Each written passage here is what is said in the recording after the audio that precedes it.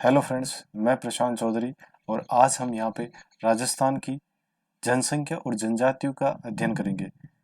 ये कक्षा 12 आरबीएससी का काफ़ी इम्पोर्टेंट टॉपिक है जिसके अंदर हम राजस्थान की ही जनसंख्या के बारे में अध्ययन करेंगे और राजस्थान में पाई जाने वाली प्रमुख जनजातियों की यहाँ हम चर्चा करेंगे। इस टॉपिक के अंदर एक मीनिंगफुल बात आती है कि राजस्थान की जो ह्यूमन जो जनसंख्या है वो जो जनसंख्या है उसके बारे में हम यहाँ पे अध्ययन करेंगे और उसके अलावा राजस्थान की जो जनजातियाँ पाई जाती हैं उनके विभिन्न एस्पेक्ट्स के बारे में अध्ययन करेंगे। वैसे देखा जाए तो इसमें दो टॉपिक इंक्लूड है, फर्स्ट राजस्थान की जनसंख्या का और सेकंड जो पार्ट है वो राजस्थान की जनजातियों का। यहाँ हम देखते हैं एक जनसंख्या किसे कहते हैं, ये इंपॉर्टेंट क्वेश्चन है। जन प्लस संख्या मतलब जन मतलब लोग, पीपुल्स, और संख्या उनकी क्वांटिटी। तो एक निश्चित समय में राज्य में रहने वाले समस्त मनुष्यों को वहां की जनसंख्या कहते हैं। मानव पृथ्वी के संसाधन और सेवाओं का उत्पादन होने के साथ साथ उपभोक्ता भी है। यह हम जनसंख्याओं की कौन कौन सी विशेषताओं को देखते हैं तो इसमें आता है कि जनांकी की विशेषताओं में साक्षरता, लिंगानुपात आदि के आधार पर जनसंख्या के गुणात्मक स्तर का ज्ञान होता है। ये गुणात्मकता को बताती है कि जनसंख्या कितनी साक्षर है, प्रति हजार पुरुषों पर महिलाएं कितनी है। या अब ये क्वेश्चन आता है कि हमारे देश में जो जनगणना होती है वो कितने वर्ष बाद होती है, तो प्रत्येक 10 वर्ष के अंतराल में हमारे यहाँ जनगणना होती है। और एक और क्वेश्चन पूछते हैं, बताइए जनगणना कौन सी सूची का विषय, केंद्रीय सूची, राज्य सूची या समवर्ती सूची का। तो हमारे यहाँ पे जो आंसर आएगा कि जनगणना संघ सूची का विषय है। और यह संघ सूची का विषय होने के कारण जो जनगणना होती है वो भारत सरकार के द्वारा की जाती है। नवीनतम जनगणना जो हुई है वो 2011 में हुई है। अब हम यहाँ पे राजस्थान की जो जनसंख्या की विशेषताएं हैं वो देखते हैं। भारत में राजस्थान का क्षेत्रफल की दृष्टि से पहला स्थान है, यानी राजस्थान सबसे बड़ा राज्य है भारत का, जबकि जनसंख्या की दृष्टि से 8वां स्थान है। अब यहाँ पे ये हमारे सामने क्वेश्चन आता है कि जनसंख्या की दृष्टि से 8वां स्थान क्यों है जबकि क्षेत्रफल बहुत ज्यादा है। तो यहाँ पे भारत की जो विविधताएं हैं उन्हीं विविधताओं में राजस्थान सबसे ज्यादा विविधता वाला राज्य है भौगोलिक दृष्टि से। यहाँ पे मरुस्थलीय पार्ट आ जाते हैं, पर्वतीय पार्ट आ जाते हैं, इस कारण यहाँ पे जनसंख्या कम पाई जाती है। सेकंड है, राजस्थान के भारत के कुल क्षेत्रफल का 10.41% भाग है और कुल जनसंख्या का 5% भाग है। यानी क्षेत्रफल हम 10% रखते हैं और भारत का, और उसका आधा मतलब जनसंख्या का 5.66% भाग भारत का पाया जाता है। नेक्स्ट यहाँ पे राजस्थान में 200 व्यक्ति प्रति वर्ग किलोमीटर जनसंख्या घनत्व पाया जाता है। यहाँ हम जनसंख्या घनत्व में और जनसंख्या के अंदर जो अंतर है वो आगे देखेंगे कि इनमें दोनों में क्या अंतर होता है। 2001 की से 2011 तक की जनगणना में दशाब्दी की जो वृद्धि दर है वो 21.31% रही है। दशाब्दी मतलब 10 वर्ष की अवधि में भारत की जो दशाब्दी जनसंख्या वृद्धि दर है वो 17.7 है, उससे काफी अधिक रही है। मतलब राजस्थान में जो जनसंख्या वृद्धि हो रही है वो ज्यादा हो रही है बनिस्पत भारत की जनसंख्या वृद्धि के। नेक्स्ट पॉइंट फिफ्थ नंबर का है कि यहाँ जो सर्वाधिक जनसंख्या वृद्धि है वो कहाँ हुई है, वो बाड़मेर में हुई है 32.50% की। इसका कारण भी ये है कि बाड़मेर में तेल और गैस उत्पादन के क्षेत्र मिले हैं जिससे वहां पे विकास की काफी संभावनाएं बढ़ी हैं। विकास होने से साक्षरता बढ़ी है और इसके साथ साथ वहां पे इंदिरा गांधी नहर से भी पानी की सिंचाई उपलब्ध हुई है। इन सब कारणों से वहां पे जनसंख्या में वृद्धि हो रही है। और न्यूनतम जनसंख्या वृद्धि दर ये श्री गंगानगर जिले में और ये रही है 10%। और इसका कारण भी यहाँ पे आता है कि ये साक्षर स्टेट है, विकसित है, इसलिए यहाँ पे जनसंख्या कम है। नेक्स्ट पॉइंट है इसमें 6 नंबर का, राजस्थान की जनसंख्या वितरण में अत्यधिक असमानता पाई जाती है। अर्थात अगर हम पश्चिमी राजस्थान की तरफ देखें तो वहाँ पे जनसंख्या बहुत कम पाई जाती है, जबकि पूर्वी राजस्थान में जनसंख्या ज्यादा पाई जाती है। राज्य में जो लिंगानुपात है वो प्रति 1000 पुरुषों के पीछे 928 है, जबकि देश में 940 है, उससे 12 कम है। यानी राजस्थान में भारत के औसत से भी महिलाएं कम पाई जा रही है। ये एक चिंतनीय सवाल है यहाँ। राजस्थान में 20वीं सदी में जनसंख्या तेजी से बढ़ी और पहली शताब्दी में 50 वर्षों में, ये पहले जो शताब्दी के 50 वर्ष उसमें 1.5 गुना बढ़ी है और बाद के 50 वर्षों में 3 गुना वृद्धि हुई है। यानी जनसंख्या की जो वृद्धि दर है वो बढ़ चुकी है। राजस्थान में साक्षरता का जो प्रतिशत है वो 67.06% है। सबसे अधिक साक्षरता का प्रतिशत कोटा जिले में, यहाँ पे 76.60% है, जबकि सबसे कम अगर हम देखें तो ये जालोर जिले में 54.90% है। तो यहाँ जो साक्षरता की दृष्टि से कोटा जिला हमारा राजस्थान में सबसे ज्यादा साक्षर आएगा और सबसे कम में जालोर आएगा। जनसंख्या का वितरण देखते हैं। जनसंख्या वितरण और उसके घनत्व में अंतर होता है। क्या अंतर होता है कि जनसंख्या का वितरण तो दिखाता है कि क्षेत्रीय प्रारूप की ओर संकेत करता है कि किसी क्षेत्र में कितनी जनसंख्या है, जबकि जनसंख्या घनत्व या इम्पोर्टेंट है कि मनुष्य और क्षेत्रफल के आनुपातिक संबंध को दिखाता है कि इस क्षेत्रफल के अनुपात में कितने मनुष्य वहां रहते हैं। यहाँ हम राजस्थान में देखें तो यहाँ कहीं बहुत ज्यादा जनसंख्या, कहीं कम पाई जाती है। जैसे हमने अभी बताया कि अरावली जो पर्वतमाला है, इस अरावली पर्वतमाला के यहाँ जनसंख्या कम पाई जाती है।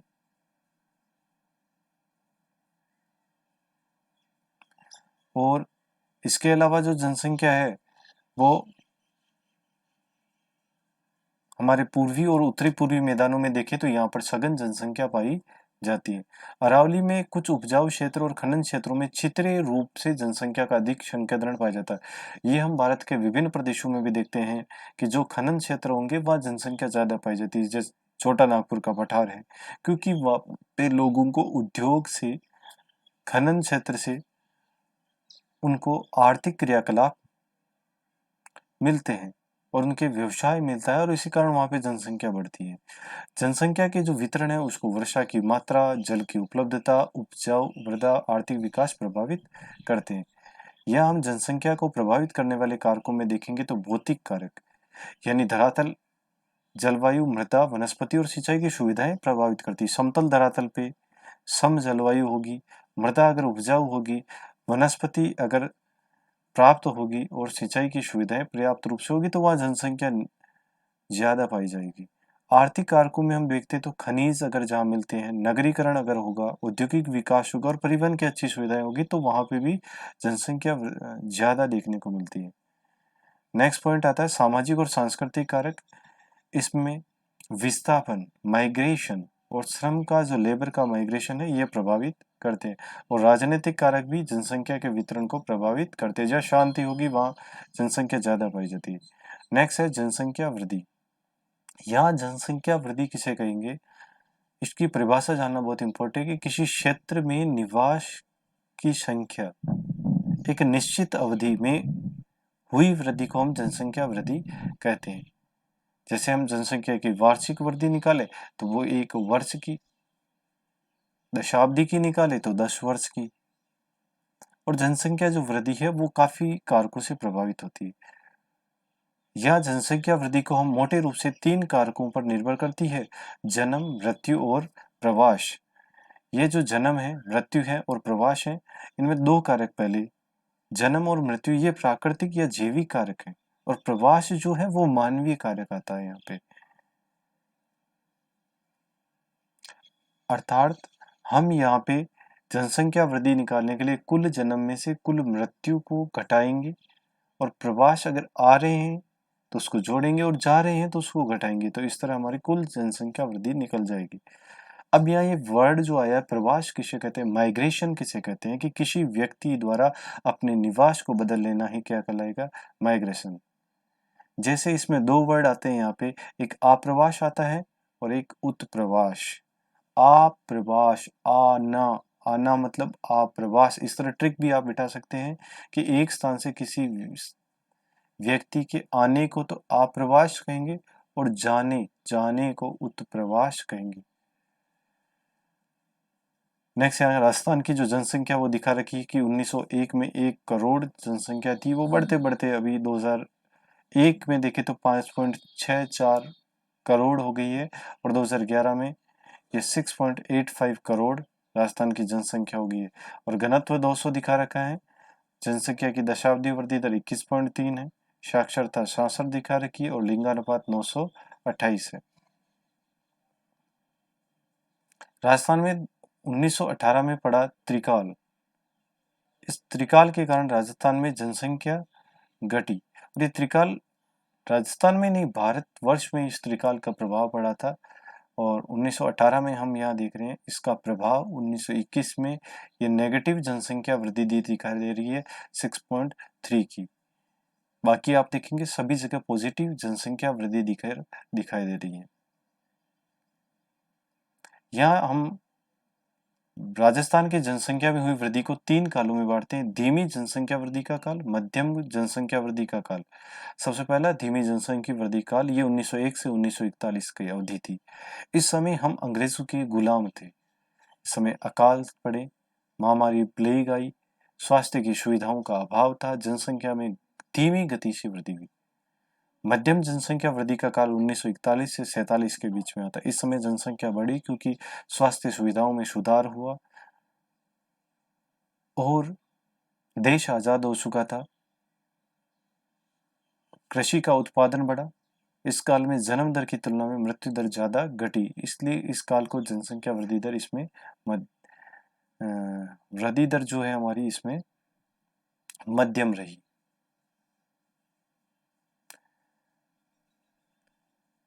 नेक्स्ट काल आता है तीव्र जनसंख्या वृद्धि का काल।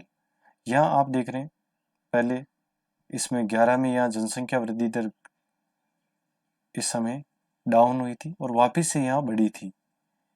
तीव्र जनसंख्या वृद्धि के काल को देखते हैं 1971 के बाद को।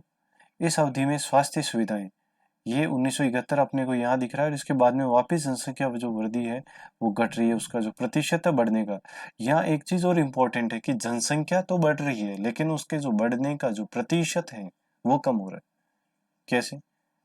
जैसे मान लीजिए आप अजमेर से जयपुर की तरफ जा रहे हैं, आप बढ़ तो रहे हैं, किलोमीटर तो बढ़ रहे हैं आपके, लेकिन जब शुरू में आप दौड़े थे चले थे तो आपकी स्पीड ज्यादा थी, लेकिन धीरे धीरे आपकी स्पीड क्या हो रही है, कम हो रही है, आप थक रहे हैं। इसी तरह आप समझ लीजिए ट्रिक से कि भारत की कुल जनसंख्या तो बढ़ रही है, यानी कुल किलोमीटर तो बढ़ रहे हैं, लेकिन जो बढ़ने की जो स्पीड है वो कम हो रही है।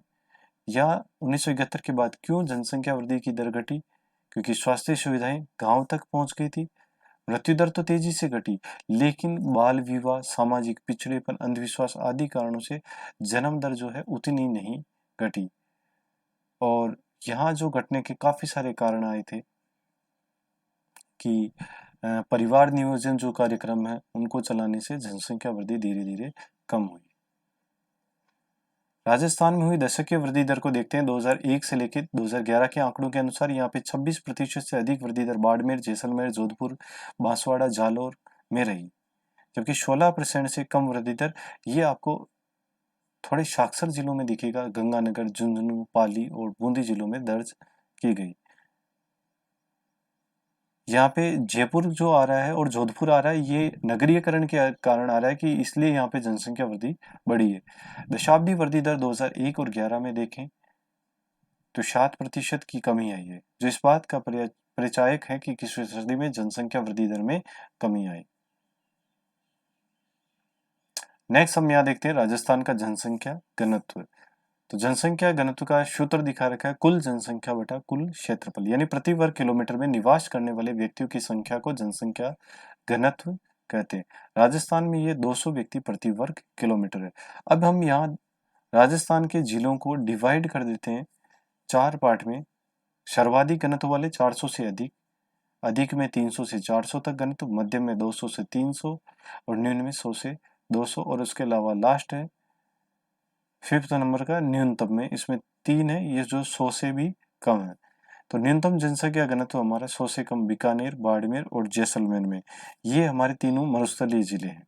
इस कारण यहाँ निम्न में हमारे 12 जिले आ रहे हैं, मध्य में 7 जिले आ रहे हैं, अधिक में भी 7 जिले हैं और सर्वाधिक में है 4। सर्वाधिक में यहाँ इंपॉर्टेंट है कौन से जिले? जयपुर, भरतपुर, दौसा और अलवर। इन जिलों में जनसंख्या का जो घनत्व है, घनत्व को हम एक तरह से यूं समझ सकते हैं कि इनमें भीड़ भाड़ ज्यादा पाई जाती है। और ये जो जिले हैं आप देख रहे हैं कि अलवर, भरतपुर, दौसा और जयपुर, ये अगर आप नक्शे में देखेंगे तो आपको ये चारों पास में मिलेंगे। पूर्वी मैदानों में जनसंख्या घनत्व अधिक पाया जाता है, जबकि पश्चिमी मरुस्थलीय जिलों में जनसंख्या घनत्व कम पाया जाता है। इसका कारण वहाँ की जो फिजिकल कंडीशंस हैं, प्राकृतिक दशाएं हैं, मरुस्थलीय दशाएं, ये है। जयपुर में जनसंख्या घनत्व 595 व्यक्ति प्रति वर्ग किलोमीटर, जो सर्वाधिक है राजस्थान में, जबकि जैसलमेर में 17 व्यक्ति प्रति वर्ग किलोमीटर है। यहाँ जनसंख्या घनत्व का अगर हम इसमें मैप से देखें इसको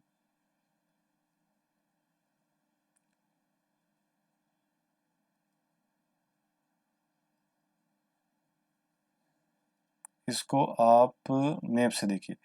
ये जैसलमेर की तरफ आपको जो जनसंख्या घनत्व है ये थोड़ा कम मिलेगा, और यहाँ जो डॉटेड दिखा रखे हैं आप इसमें देख सकते हैं, ये डॉटेड 100 से कम जनसंख्या को दिखा रहे हैं। जो हमने 4 जिले देखे थे, बाड़मेर, जैसलमेर, बीकानेर, मेरे हिसाब से ये जो 3 जिले हैं, सॉरी 4 नहीं 3 है, बीकानेर, जैसलमेर और बाड़मेर, इनमें जनसंख्या घनत्व कम पाया है, सबसे कम है। जबकि सबसे ज्यादा हम पूर्वी राजस्थान में देखें तो यहाँ ये जयपुर, अलवर, भरतपुर और दौसा, यानी ये जो चारों जिले, इनमें जनसंख्या घनत्व हमारा ज्यादा पाया जाता है। और यहाँ आप देख रहे हैं, यहाँ जनसंख्या घनत्व ये 100 से 200 के मध्य, इसमें जालोर, पाली, जोधपुर, नागौर, चूरू और हनुमानगढ़ और ये हमारा गंगानगर आता है।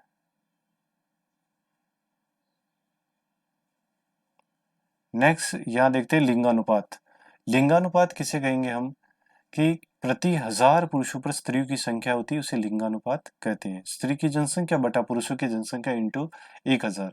यहाँ अगर अमेरिका में लिंगानुपात का सूत्र देखेंगे तो वहां पे पुरुषों की जनसंख्या बटा स्त्रियों की जनसंख्या इंटू 1000 होता है। राजस्थान में जो लिंगानुपात है वो 928 स्त्रियां हैं प्रति 1000 पुरुषों पे, जबकि राष्ट्रीय अनुपात में 940 है, उनसे अर्थात 12 कम है। भारत के संदर्भ में देखें तो राजस्थान का जो स्थान है लिंगानुपात में वो 21वें स्थान में, यानी काफी पिछड़ा हुआ है राजस्थान लिंगानुपात की दृष्टि से। केरल को छोड़कर सभी राज्यों में स्त्रियां पुरुषों के अनुपात में कम हैं। और इसका कारण हम यहाँ देखते हैं, लिंगानुपात के कम होने के क्या कारण है।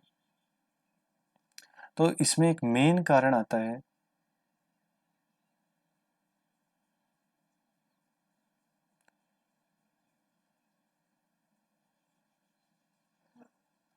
पुरुषत्वात्मक साक्षरता की कमी।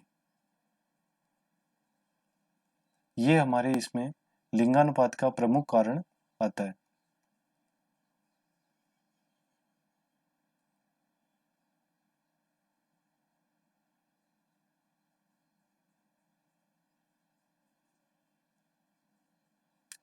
हाँ, सेकंड पॉइंट है, बाल विवाह के कारण लड़कियों को छोटी आयु में मातृत्व का बोझ उठाना पड़ता है, जिससे प्रसूति काल में उनकी मृत्यु हो जाती है। वंश चलाए रखने के झूठे अहम के कारण लड़कों को वरीयता दी जाती है, और दहेज हत्या के कारण भी घटते हुए लिंगानुपात का प्रमुख कारण है।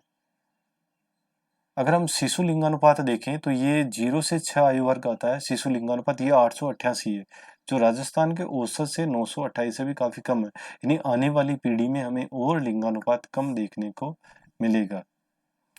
नेक्स्ट पॉइंट यहाँ पे हम देखते हैं साक्षरता राजस्थान की। साक्षरता एक गुणात्मकता का सूचक है जनसंख्या का। यह आर्थिक विकास, सामाजिक विकास को दिखाता है। साक्षरता दर जो है वो साक्षर जनसंख्या बटा 7 वर्ष या उससे अधिक आयु की जनसंख्या इंटू शो करते हैं। इसमें हम आर्थिक विकास का स्तर, नगरीकरण, जीवन का स्तर, महिलाओं की सामाजिक स्थिति, विभिन्न शैक्षिक सुविधाओं की उपलब्धता और सरकारी नीतियां, ये सब जनसंख्या की साक्षरता को प्रभावित करती है। साक्षरता की दृष्टि से हम देखें तो राजस्थान एक पिछड़ा हुआ राज्य है। 2011 में राज्य की साक्षरता 74.04% थी, जबकि राजस्थान का औसत 67.06% है। देश के केवल 2 राज्य अरुणाचल प्रदेश और बिहार राजस्थान से कम साक्षर हैं, अर्थात राजस्थान नीचे से तीसरे स्थान पर।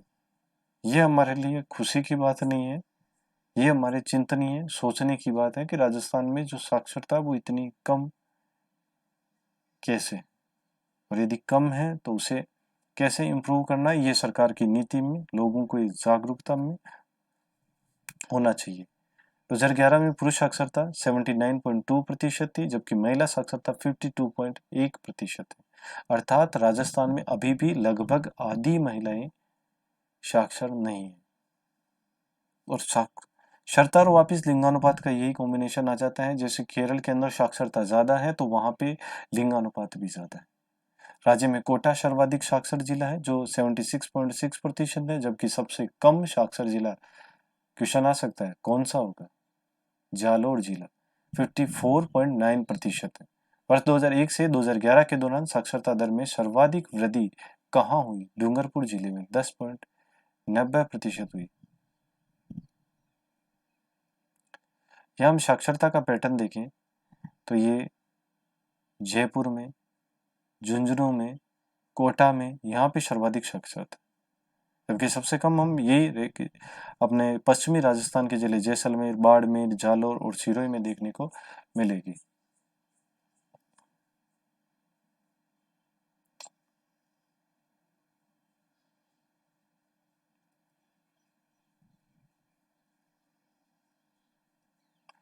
नेक्स्ट जो हमारा इस अध्याय का टॉपिक है वो है जनजातियां।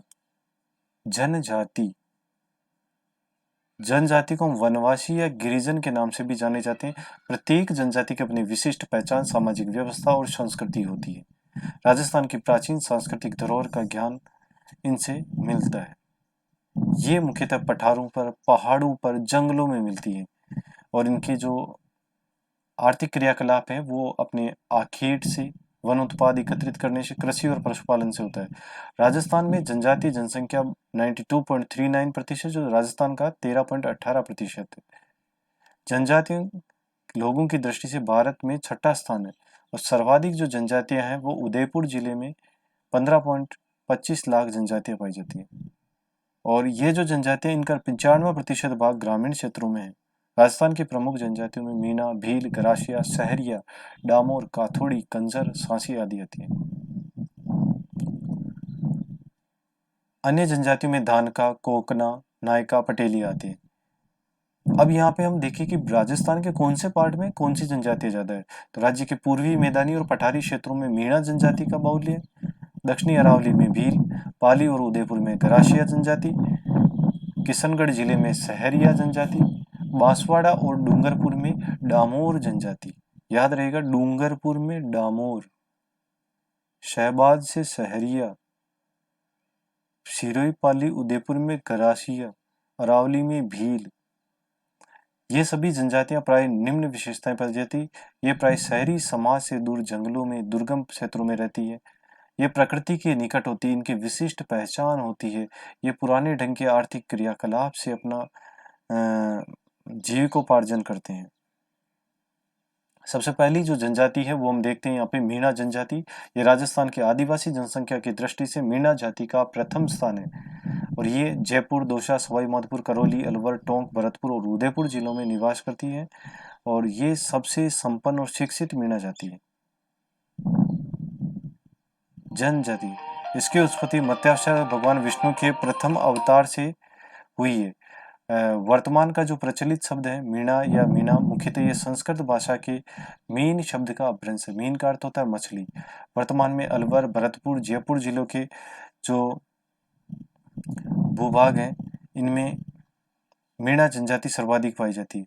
मीणाओं के दो वर्ग होते हैं यहाँ पे, एक जनजातीय मीणा होते हैं और एक आदिवासी मीणा होते हैं। यहाँ पे जमींदार मीणा, शोरी और एक चौकीदार मीणा होते हैं। इसके अलावा इनमें आदिया मीणा, रावत मीणा, चमरिया मीणा, चौथिया मीणा होते हैं। मीणाओं के अगर हम सामाजिक जीवन को देखें तो ये विवाह संबंध, नातेदारी, रक्त संबंध को महत्वपूर्ण माना है। मीणा जनजाति में ब्रह्म और गंधर्व विवाह का प्रचलन था। अन्य समाजों की बातें रीति रिवाज के अनुसार विवाह संपन्न करते। इनमें गौना विवाह, संयुक्त परिवार प्रथा प्रचलित है। ग्राम पंचायत, गोत्र पंचायत, क्षेत्रीय पंचायत और 84 पंचायत इनमें होती है। मीणा जनजाति के लोग धार्मिक मेले तथा त्योहारों में दृढ़ धार्मिक आस्था रखते हैं। महावीर जी, सवाई माधोपुर में गणेश जी, सीकर में रेवासा की जिन माता के मंदिर में इनके मेले लगते हैं। मीणा जनजाति के लोग विभिन्न उत्सवों में समय से नृत्य करते हैं और गीत गाते हैं। ये मीणाओं में पुरुष अगर इनके धोती और कमीज पहनते, स्त्रियां घाघरा, कांचली और ओढ़नी पहनते। इनकी जो अर्थव्यवस्था है ये कृषक प्रधान है। और अभी हम राजस्थान में देखें तो ये जो मीणा जनजाति है ये सबसे ज्यादा साक्षर जनजाति हो गई है। इसका कारण राजकीय सेवाओं में आरक्षण के कारण वर्तमान में इनकी सामाजिक आर्थिक स्थिति अन्य समुदाय से तुलनात्मक रूप से सुदृढ़ हो गई। नेक्स्ट है भील जनजाति। भील जो जनजाति वो बांसवाड़ा, डूंगरपुर, उदयपुर में पाई जाती है। ये भीली और वागड़ी भाषा बोलते हैं। भील शब्द बीलू से बना, इसका अर्थ होता है तीर कमान रखने वाला। मकानों की छतें खपरेल से बनी होती है। ऊंची पहाड़ी में रहने वाले भीलों को पालवी और मैदानों में रहने वालों को वागड़ी कहते हैं। इनके पितृवंशी होते हैं, गोत्र होते हैं जिन्हें अटक कहते हैं। इनमें विवाह, मोरबंदिया, अपहरण, देवर विवाह, विनिमय विवाह, सेवा विवाह और क्रय विवाह के तरीके प्रचलित है। या हम भील जनजाति को देख लेते हैं कि इसमें गांव के जो मुखिया होते हैं उसे क्या कहेंगे, गांव का मुखिया गमेती। धार्मिक संस्कार को व्यक्ति करने वाले को भगत हम कहते हैं ना, भगत आदमी, तो वैसे ये भगत हो गया जो धार्मिक संस्कार। छोटे गांव को फला और बड़े गांव को पाल। इनमें प्रसिद्ध बेणेश्वर मेला लगता है जो माही, सोम और जाखम नदियों के संगम पे। भील जनजाति कौन से नृत्य करती है, क्वेश्चन आ सकता है, गवरी और घूमर नृत्य। ये कमीज और अंगरखी पहनते, तंग धोती पहनते और सिर पर साफा बांधते। स्त्रियों के पहने में घाघरा, लुगड़ी और चोली प्रमुख है। भील पुरुष और महिलाएं चांदी पीतल के आभूषण पहनते क्योंकि ये गरीब जनजाति है। अर्थव्यवस्था में ये खेती करते हैं, कृषि कार्य करते हैं, तो पहाड़ी डालों पे करते हैं, उसे ची माता कहते हैं। जैसे हम याद रखेंगे माता जी का मंदिर ऊपर पहाड़ी पे होता है इसलिए ची माता। और मैदानों में जो कृषि करते हैं उसको दजिया कहते हैं। और ये महुआ के वृक्ष का विशेष महत्व है इनके जीवन में क्योंकि उसके ये शराब बनाते हैं। नेक्स्ट जनजाति है गरासिया जनजाति। ये राजस्थान की तीसरी बड़ी जनजाति। सिरोही की आबू रोड, पिंडवाड़ा तहसील, पाली जिले की बाली तहसील जिले में, उदयपुर की गोगंदा और कोटड़ा तहसील में गरासिया जनजाति पाई जाती है। आबू रोड इनके प्रमुख क्षेत्र माना जाता है गरासिया जनजाति का। ये इनके घर को हम घेर कहते हैं, घर को घेर, और गांव को फालिया कहते हैं। याद रखना यहाँ पे घर को घेर कहेंगे और गांव को फालिया कहते हैं। इनके मकान पहाड़ी ढलानों पर बनते हैं। सामाजिक जीवन में इनमें मोर बंदिया विवाह, फेर होते हैं, पैराणा विवाह होता है और इसमें वर पक्ष को कन्या का मूल्य चुकाना पड़ता है। इसमें मोटी नियात, नैन की नियात, निचली नियात, ये इनके 3 वर्ग होते हैं। इनमें एक मेला पड़ता है मनखारो मेलो। मनक मतलब आदमी को बोलते हैं राजस्थानी भाषा में, तो यहाँ मनखारो मेलो। अंबाजी के पास कोटेश्वर का मेला, देवला के पास कोटड़ा कोसीना रोड पर चेतेर विचित्र मेला, गोगुंदा का घनघोर मेला इनका प्रमुख है। वालर, गरबा, घेर और मोरिया गौर गरासियों के प्रमुख नृत्य हैं। की बोली गुजराती, भीली और मेवाड़ी और मारवाड़ी का मिश्रण है क्योंकि जो इनका एरिया जो आ रहा है वो चारों तरफ से इनके एक तरफ से गुजरात आ जाता है, एक तरफ अरावली की पहाड़ियां, एक तरफ मेवाड़ का पार्ट, एक तरफ मारवाड़ का पार्ट, इसलिए इनकी मिश्रण भाषा है। रहन सहन और वेशभूषा की दृष्टि से गरासिया जनजाति को अपनी अलग पहचान है। ये पुरुष धोती कमीज पहनते, सिर पर तौलिया बांधते, स्त्रियां गहरे रंग के तड़क भड़के कपड़े पहनती और गोदवा गुदवाने की प्रथा है। शिव, भैरव और ये दुर्गा के उपासक होते हैं। इनकी अर्थव्यवस्था भी कृषि, पशुपालन, शिकार, लकड़ी काटने पर निर्भर है। नेक्स्ट जनजाति है सहरिया जनजाति। सहरिया 12 जिले के किशनगढ़ और शाहबाद में मिलते हैं।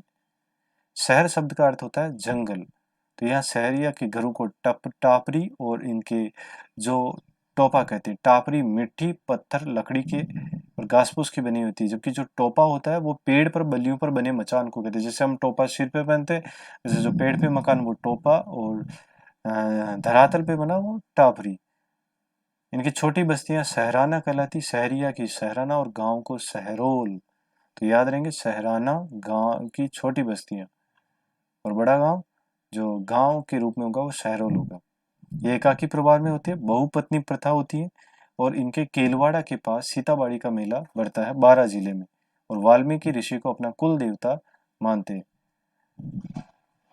इनमें भी जो पुरुष होते हैं वो धोती कमीज और साफा पहनते हैं, स्त्रियां घाघरा लुगड़ी और लंबी बाह की कमीज पहनती है। डामोर जनजाति को देखते हैं, डामोर, डामोर से याद आएगा डूंगरपुर बांसवाड़ा। ये डामोर डूंगरपुर के सिमलवाड़ा में, डामोर लोगों को डामरिया भी कहते हैं, ये राजपूत उसको मानते हैं। डामोर में पंचायत के मुखिया को मुखी कहते हैं।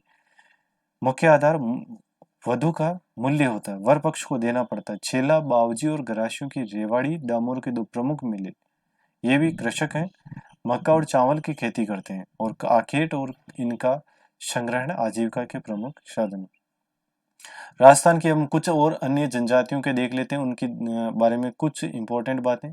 काथोड़ी, कंजर या सांसी अन्य जनजातियां। काथोड़ी उदयपुर की काथोड़ी कोटड़ा में, कैसे काथोड़ी कैसे कोटड़ा। और खेर के वृक्ष से ये कैसे कत्था बनाते हैं। खेर के वृक्ष से कत्था बनता है, इसलिए इनको काथोड़ी कहते हैं। नेक्स्ट है कंजर जनजाति। कंजर कैसे, कंजर कैसे कोटा, बूंदी, बारावा, झालावाड़, चित्तौड़, सवाईमाधोपुर, अलवर और भीलवाड़ा में। इसकी जो उत्पत्ति कंजर शब्द की वो कानन चार से हुई है। कानन मतलब कन, जंगल में चार मतलब विचरण करने वाले। ये चोरी और अपराध के लिए हाकम राजा का प्याला पीकर ये कभी झूठ नहीं बोलते हैं। इनके घर के पीछे भागने के लिए खिड़की होती है, घरों के दरवाजे नहीं होते हैं। इनकी कुल देवती चौथ माता है, तो ये अपनी कुल देवी चौथ माता के पास पाती रखते हैं कि अगर हम चोरी करने में सफल रहे तो हम कुछ भेंट करेंगे। कंजर महिलाएं नाचने गाने में प्रवीण होती हैं। नेक्स्ट है सांसी जनजाति। सांसी, सांसी भरतपुर और अजमेर जिले में निवास करती है। ये खाना बदोश जीवन यापन करते हैं। अब जो एक यहाँ इंपॉर्टेंट पॉइंट आता है कि जनजातियों पर आधुनिकता का प्रभाव कितना पड़ा। वनों की पहला पॉइंट यहाँ पे कि अंधाधुंध कटाई से शेष बचे अधिकांश वनों को सरकार ने सुरक्षित और संरक्षित कर दिया है। इनसे इनके जीविकोपार्जन पर प्रतिकूल प्रभाव पड़ा है। वन उपज और वन्य जीवों में कमी आई है। भू क्षरण के कारण कृषि उत्पादकता घटी है। अर्थव्यवस्था चरमरा गई है। उनके जीवन निर्वाह के साधन इतने सीमित हो गए कि लूटपाट और चोरी और अपराध करने लगे। सीमित कृषि, बढ़ती हुई जनसंख्या, स्थानीय संसाधनों के संकुचित होने के कारण ये शहरों की ओर पलायन करने लगे और मजदूर बन गए। शहरी संपर्क से इनके खान पान में, पहनावे में, वेशभूषा में, आवास में बदलाव आया। नशे की प्रवृत्ति इनमें बढ़ने के कारण इनकी आर्थिक दशा ठीक नहीं है। वर्तमान में सभी जनजातियों में शिक्षा का प्रसार बढ़ा है और ये सरकारी सेवाओं में आने लगे। आजादी के बाद सरकार द्वारा जनजातीय क्षेत्रों के विकास हेतु यह क्वेश्चन आ सकता है कौन कौन सी योजनाएं चलाई जा रही है। तो एक टाडा चलाई जा रही है, ट्राइबल एरिया डेवलपमेंट प्लान जो है, जनजातीय उपयोजना क्षेत्र टाडा।